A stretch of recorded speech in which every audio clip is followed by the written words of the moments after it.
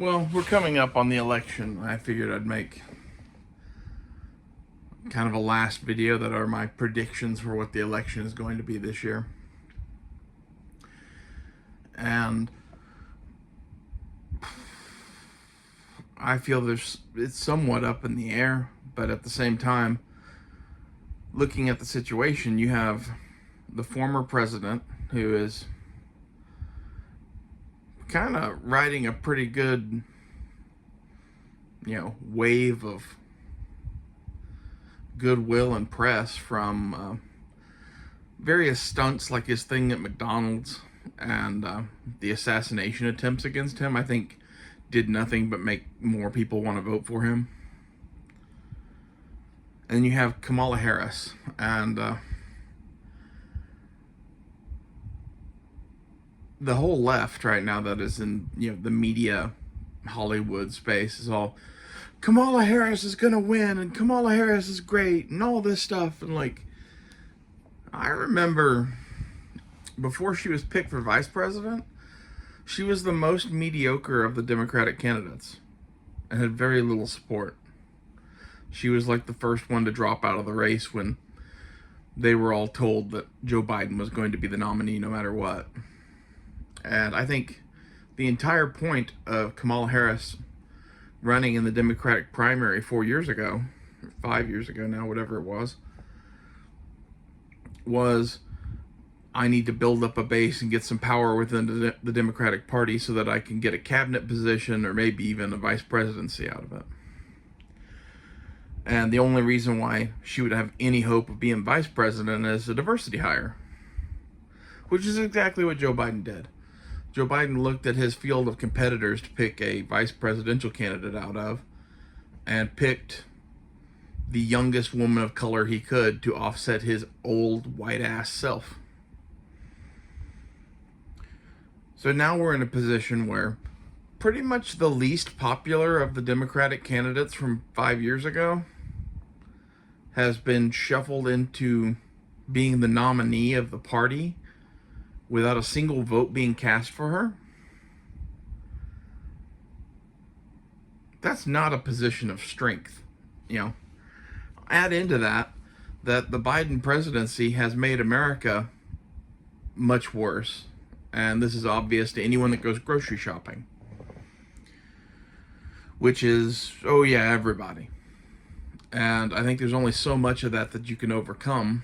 Then there's the fact that a large percentage of Americans view our southern border problems as a big deal, and she was the one directly in charge of the southern border for the last 4 years. Not, oh, well, Joe Biden was president and he didn't let me do that. No. He put you in as border czar or whatever you want to call it, where you had all of the presidential authority to do whatever the fuck you wanted to, abate this crisis. And you intensified it at every opportunity. Interesting. Bold strategy, Cotton. Let's see how it works out for him. That's kind of how I feel about Kamala Harris in general. Is like MSNBC and the Hollywood elite can say how she's the new, Black Jesus all they want, but there's some significant evidence that she's going to lose, and probably lose badly in key states. I think the race will probably be decided in Pennsylvania.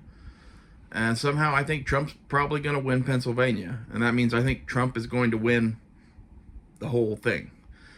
Now, does that mean Trump will be president?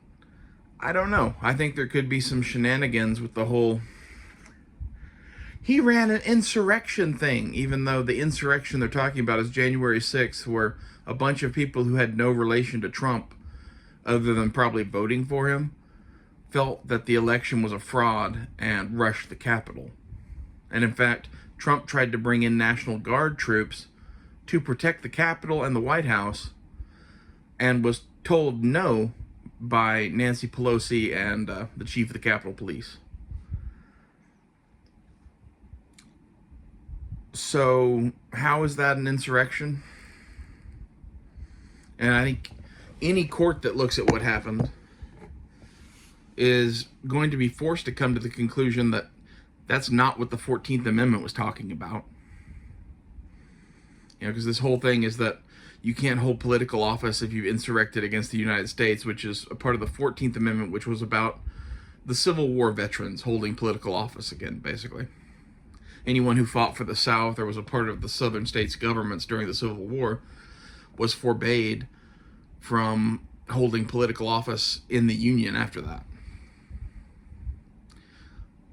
So, if you have a really loose interpretation of the Constitution, which the whole fucking left does because they hate the Constitution, you can make that mean whatever you want. But Trump didn't lead a war against the United States. And he damn sure didn't cause January 6th to happen. In fact, there's plenty of evidence that he tried to prevent it from happening. So, in the court of law, I think that one would be extremely difficult to prove. And I think it would be extremely difficult to keep a president from taking power without ever having this issue go before a court. Congress could claim it's their decision, but I think the Supreme Court would step in and say, no, it's actually kind of our decision. We're the ones that interpret the Constitution, and in order to claim that the man insurrected, why wasn't he ever brought up on charges of insurrection that actually stuck? And we have a conservative Supreme Court for now. This is where they could try to add members to the Supreme Court, but the House is controlled by the Republicans, so they can't do that right now. But the big issue is, if we lose the House in this election, which I find unlikely, could they hold up the process to the point that we get J.D. Vance as our president instead of Donald Trump because of insurrection? It's plausible. I hope that doesn't happen. But in any of these cases, I don't think it's going to be Kamala Harris. I don't think it's going to be Kamala Harris because she was very unpopular as a Democratic candidate 4 or 5 years ago. She wasn't going to win that race. She was in that race to get a cabinet position. The top contenders in the race were Joe Biden, Bernie Sanders, and maybe Elizabeth Warren. Everybody else was way fucking behind that. And Kamala Harris was dead fucking last. So through your own shenanigans that you pulled with, the coup against Joe Biden and the DNC convention basically being a dog and pony show to inform the huddled masses who their overlords have decided to run via super delegates, and the coup against Joe Biden just ultimately making them all super delegates. And then having all of those people back Harris, who is not popular. Just from their own party's standpoint, they've shot themselves in the foot. Some people in their own party are just not going to vote. And now you're expecting to win over the, independents. That's not going to fucking happen. You have to have a popular candidate in order to win over fucking independents. That's how Barack Obama won. And we saw this play out, 8 years ago with Hillary versus Trump. She was extremely unpopular. It should have been Bernie Sanders versus Trump, but the Democratic superdelegates kept that from happening. And this is where the Democrats, don't care if they win or lose enough to run a candidate that they don't control, who isn't, a team player in their establishment. That's why Bernie Sanders would never be allowed to be at the head of the Democratic ticket.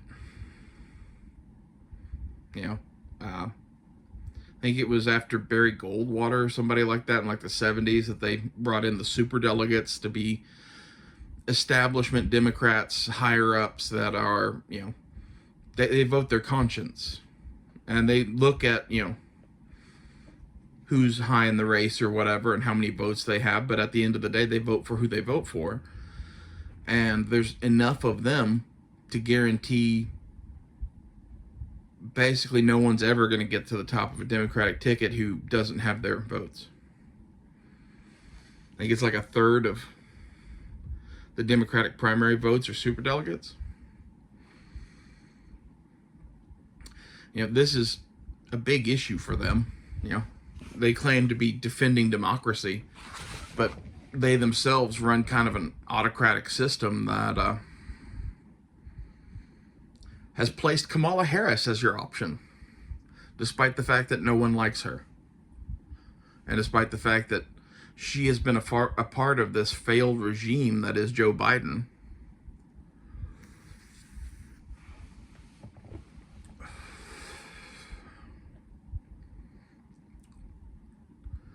I don't think there's any way you can look at the last 4 years of Joe Biden and not be like, it's kind of a failure. They've doubled the debt or whatever. They've had inflation go crazy. They've had a border crisis. They've started wars around the globe with superpowers.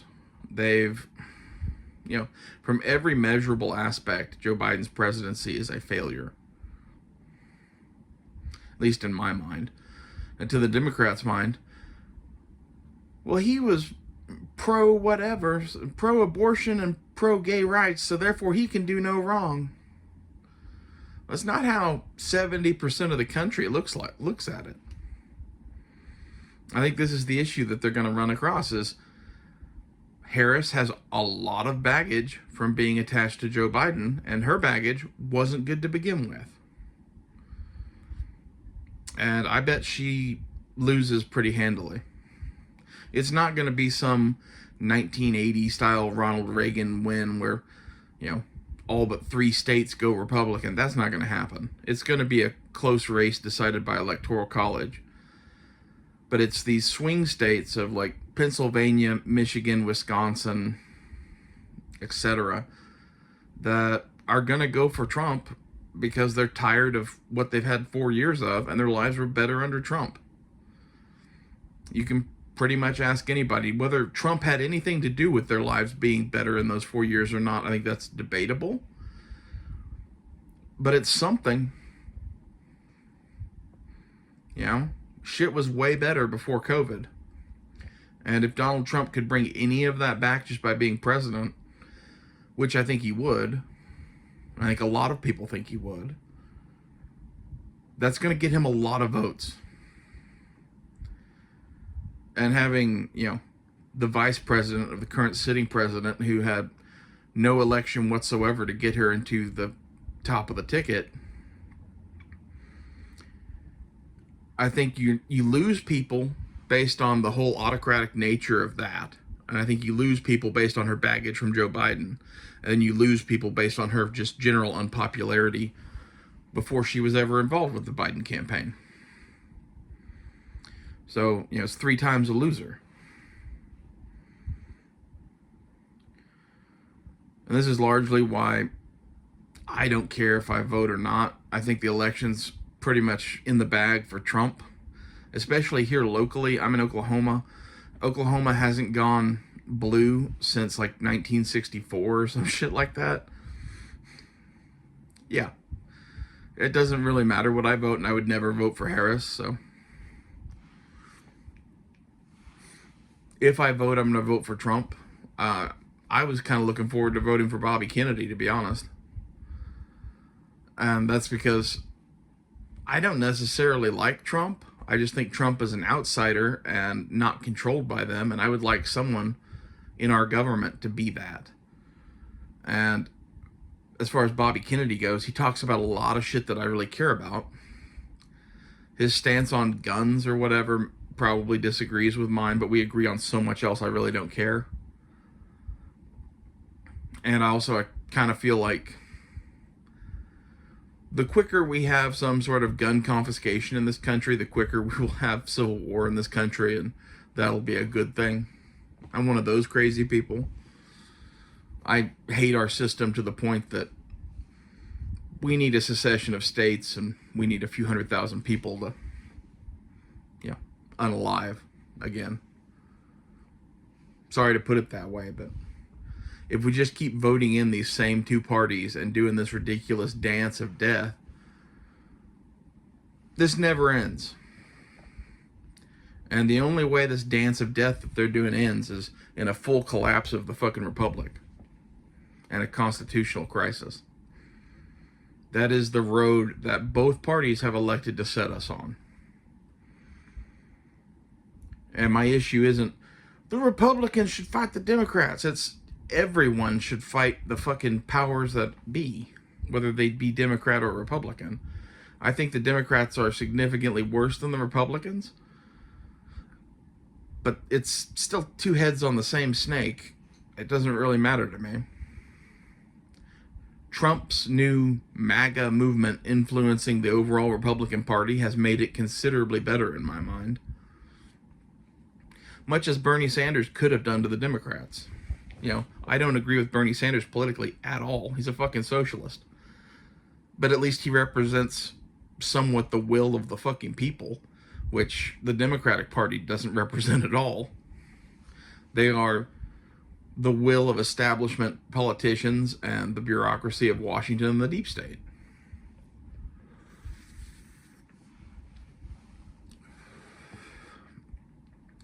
And they've managed to convince a large number of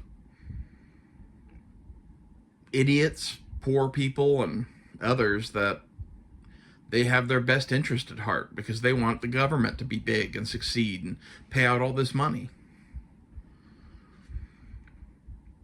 And in reality, they're just dooming us to a relatively short road to tyranny.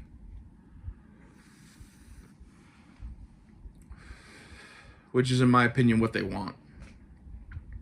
So I think it's for the better that Trump wins.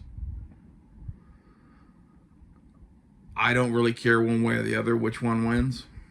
I know that would disturb some of you, but, you know, from my point of view, it really doesn't matter.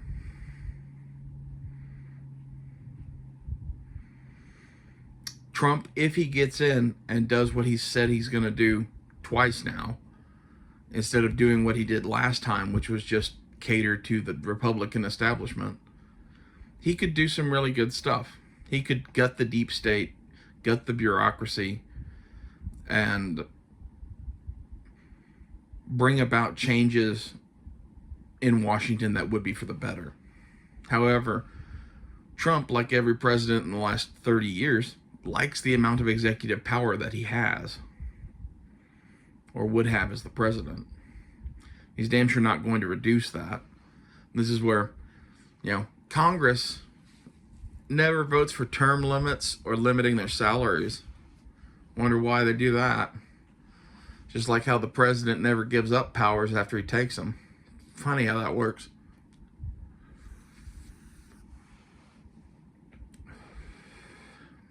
Maybe I'm just jaded as fuck, but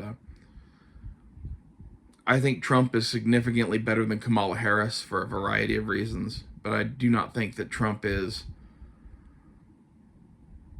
this savior that we're all looking for.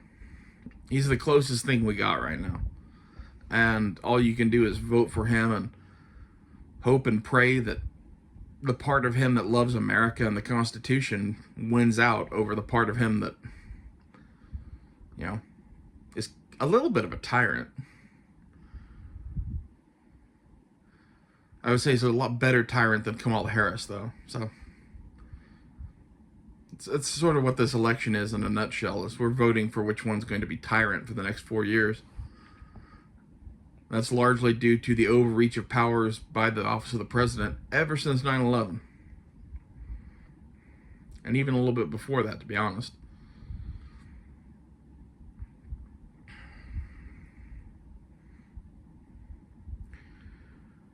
There's a bunch of states that I think Trump is just going to win pretty much automatically that in other elections might be toss-up states, like Florida. Florida has changed pretty radically in the last 8 years to just be more and more and more conservative. It used to be a fucking swing state, and now it's a Republican stronghold, in my opinion. I don't think there's any way he doesn't win Florida.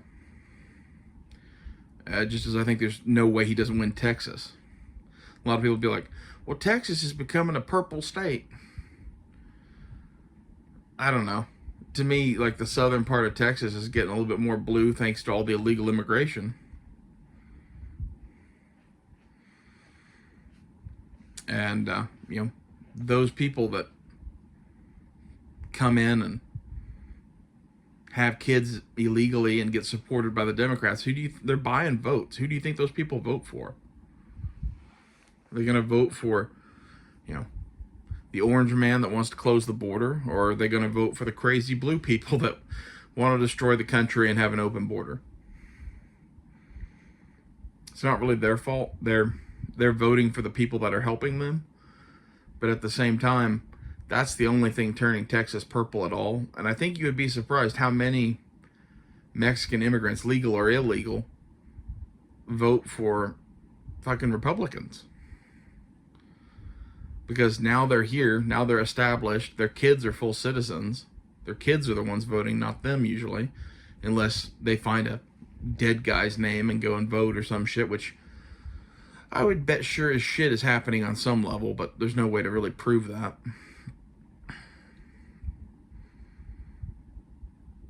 Now they're second generation Americans and are looking at things from an American perspective. And from an American perspective, even down there, it's pretty obvious that while we may have come across the border illegally, it's time to shut the fucking border.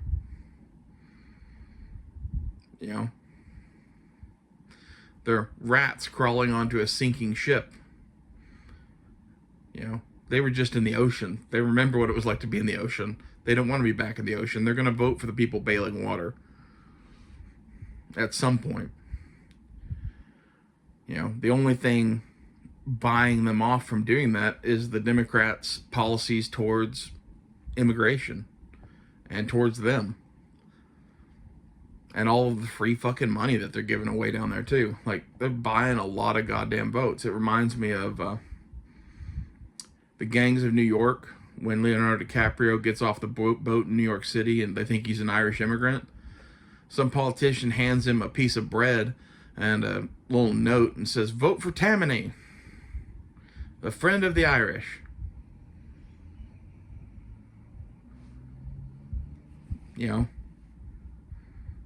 That's what we're doing down there. We're handing them fucking bread and political propaganda and saying, vote for us because we're with you.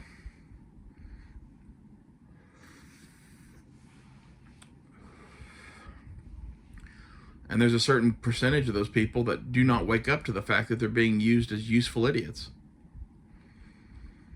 As the Democrats would like those people to be in this country. They would like them to be in this country so that they can afford to have gardeners and maids.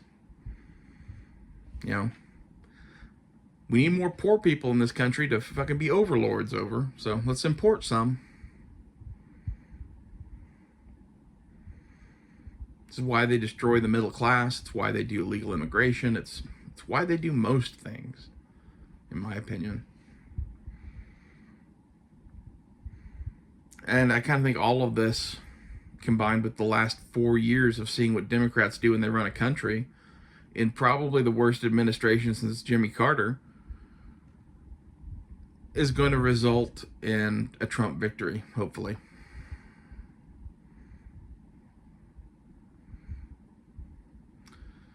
Then the question becomes, what does Trump do with the next 4 years, assuming he's actually allowed to take office? And does holding office again fix all of his legal issues, which I think it largely would, through various means. But I highly doubt that even a court in New York City is going to have the sitting president be imprisoned.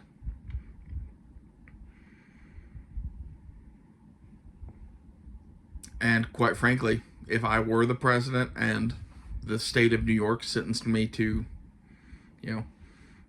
4 years of whatever, I just wouldn't show up for that shit. Come fucking get me. How are you going to do it? I got the Secret Service, military. And as the president, there's a bunch of shit he could just do to fuck with New York, to the point that they, kowtow to him, to be honest. This is where it's nice to be a tyrant. It's good to be the king. And, as the king of America that the presidency has so become, they might not want to pick a fight with him. And my bet is that a lot of those charges and jail time, whatever, get put by the wayside or set to probation or some shit, and he doesn't see a day of jail. Which he shouldn't, because basically every charge that they fucking had was bullshit to begin with. What I really hope happens if Trump gets in office is a complete replacement of everyone in the higher up positions of the DOJ to be pro-Trump people, and then he starts going after all these people. They have skeletons in their closets. They have shit that they could probably be brought up on charges for, especially with all of the political corruption involved in charging him in the first place. Seems like a good place to start. I think this is what they fear he will do.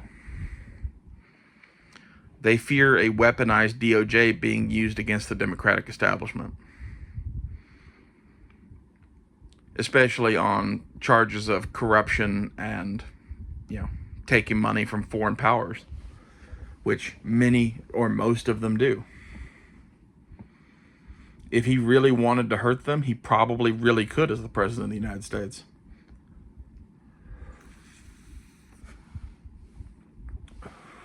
And I pray that he actually has the fucking balls to do it. I'm tired of seeing this shit where, we can't stoop to their level. We can't do, they're turning us into a banana republic. They already crossed that fucking line. It's time to persecute some political opponents.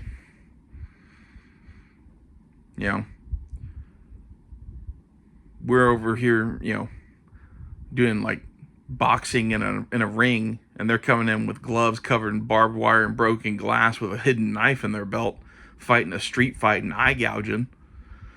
And we're just pretending like there's still fucking rules. There are no rules. The republic's dying. They've given the president an inordinate amount of power. It's time for that shit to come back and bite him in the ass.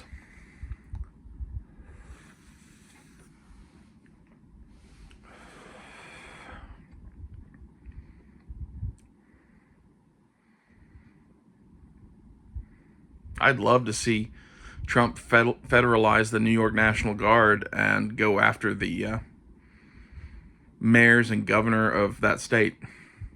Just flat out go and arrest them. Charge him with treason or whatever other trumped up charges he can find. I'm sure there's something to be found. Maybe that's part of my jaded attitude towards politics, that I think there's literally something to be found on everyone over a certain level of office. Like, I'm sure there's some city mayors that are good, but once you reach the point in the Democrat or Republican establishment that you are a congressman, governor, or senator, or president, you probably have some fucking dirt in your closet that you don't want to see the light of day. I'd love to see him expose that shit. I think everyone that can be charged with corruption or treason should be. But this is coming from someone that, if you made them Emperor of the United States, would literally put a guillotine on the National Mall and have a, what did they call that in France? Reign of Terror? Yeah. It's when Robespierre was in charge of the French government and literally just guillotined anyone who was for the establishment that preceded him. Let the heads roll as far as I'm concerned. Fuck these people.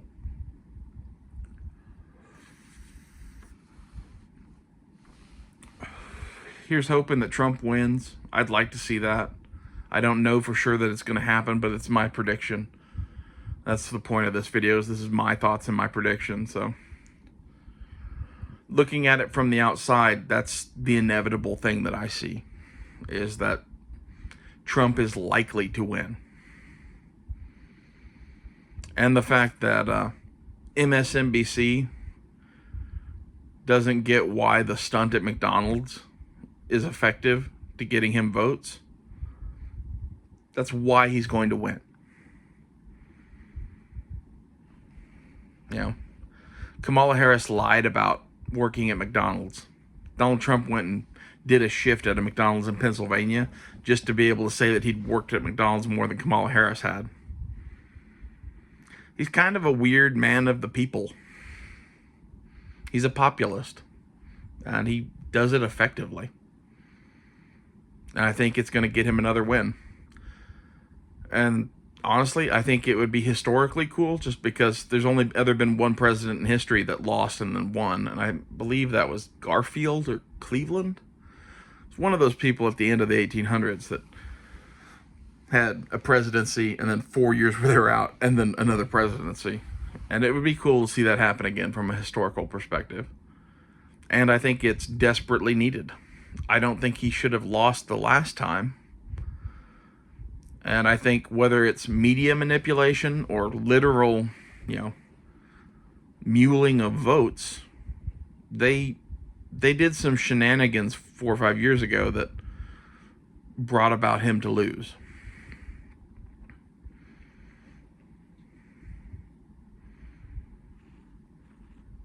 And I can't fucking wait to see the looks on their faces when he wins again. It's going to be epic. I'll see you guys later.